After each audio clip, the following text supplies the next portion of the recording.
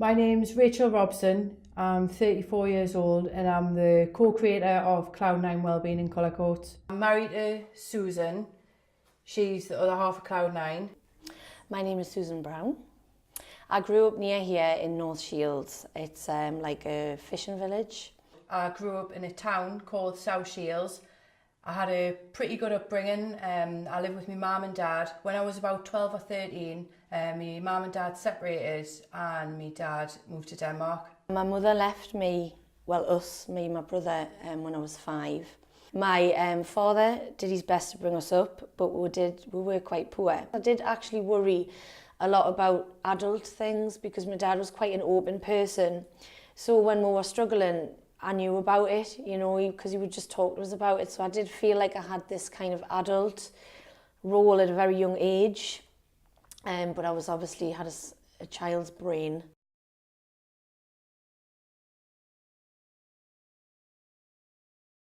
When me and Susan were just friends, we've always wanted to have something where we can help people. Well, I've always wanted to have a coffee shop, and Susan was like, well, I want to be a Reiki healer and I also want to be a meditation teacher, and we thought, well, let's have a wellbeing centre. At Cloud9, we provide what I would like to say, it's like a holistic cafe. We provide refreshments and nutritious food, like hearty food. For anybody who would like to pop in, we do damn good coffee. The essence of what we are is we provide therapies holistically. I would say Cloud9's really special and stands out. Yeah, we are a holistic cafe in everything that we do, but I would say because me and Susan were like earth and air, like I'm the grounded goat and she's the airy fairy. There's other holistic cafes. I've never ever found one like this with what me and Susan are just doing, with like the treatment room, the studio and the cafe all joined together. We also help teenagers. We treat teenagers who have anxiety, depression or any mental health issues, and they come with the parents and things.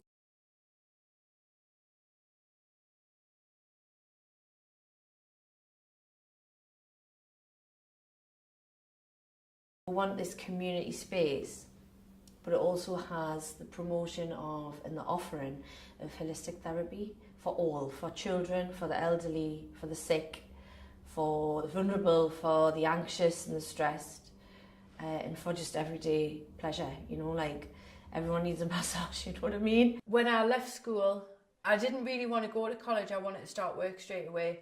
I always wanted to be in the police force. So I started doing a YTS with Northumbria Police, where they put you in a police placement for 6 months each time, and you would do an NVQ and work in a police station. I worked in the fraud squad, I worked in Washington Police Station, then they put us in some commercial placements where I did a little bit of time with Sunderland Hospital, and then I also worked in estate agents as well. I got the opportunity to apply for a job in the police as a communications officer, where I would be a radio dispatcher and take 999 calls. I was successful with the job, and that's where I've spent most of my working life, in the police control room. I worked there for about 13 years. I have worked in a restaurant, worked in a Chinese restaurant. I've worked stacking shelves. I've worked in a call centre. I've worked as a makeup artist, and within that job, I got a job promotion to work for a major cosmetic company as an assistant manager. I was married to my ex-husband for, I think it was about 3 years, and I think we were together for about 6 years.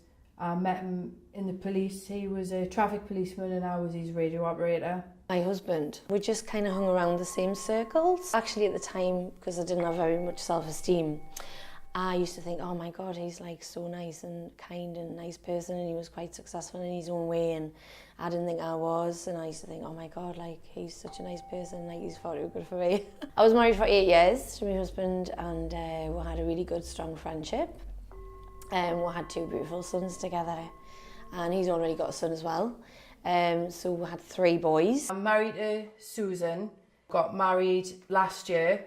She has 2 sons, Thomas and Noah. And we'll have a dog called Hugo.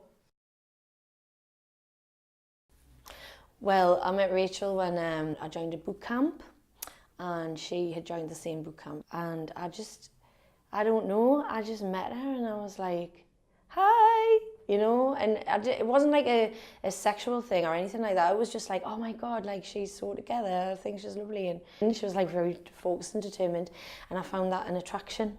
And then we became like just really good friends. I drove to boot camp and I can remember this person just standing there going, and then I got out of the car and she just started talking away to us, and it was Susan, and then I just started talking away back. Me and Susan just we got on so well, and then we ended up just falling in love with each other, and we both separated from our husbands, and then we got together, and then we got married, and here we are today in Cloud 9. I've got a condition called cyclothymia. It's a mild form of bipolar. When I was like 16, 17, that's when I first self-harmed. Is it depression? And then I was quite anxious, and as I got older and older, like it was starting to affect us more and more, because I wasn't really doing anything about it because I didn't know what it was. I started going through the mental health service, and it took them about 2 years, but in 2013 the diagnosis with cyclothymia. When my anxiety started, to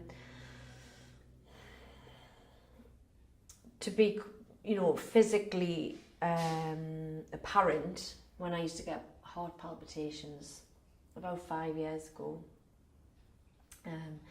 and that was my heart, you know, my body started to say, hang on a minute, hey, you know, but I just ignored it because we think we should.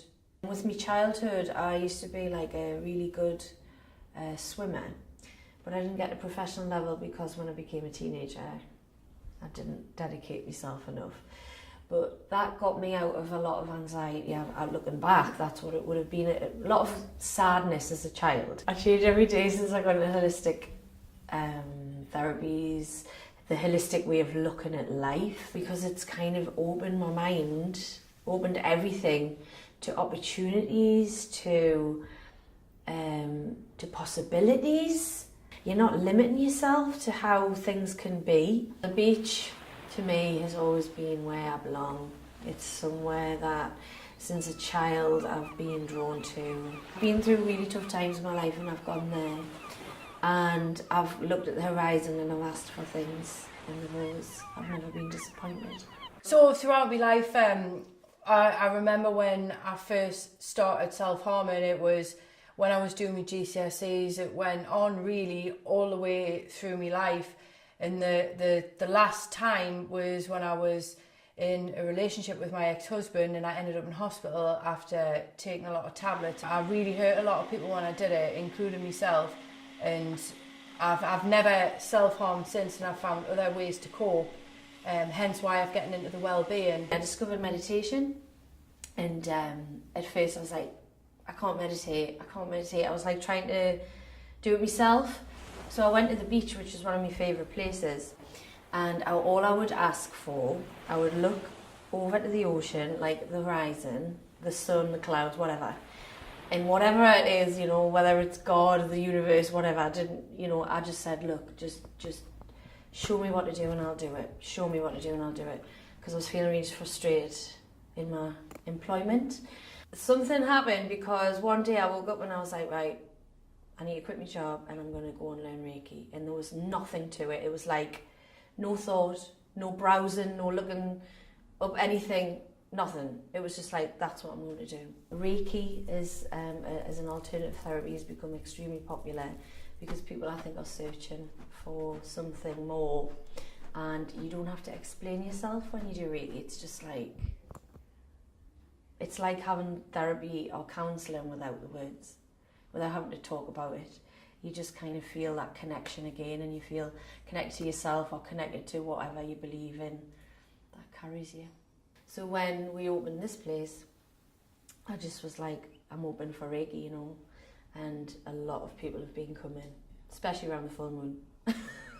I don't know why, but it's really busy around the full moon. I think it's a natural process, but we're getting busier and busier with Reiki. Holistic care has massively improved how I feel. I was put on loads of medication by the doctors, and it made us feel like shit. Every day when I woke up, I still felt really hungover, and I was thinking, what is making us feel like this?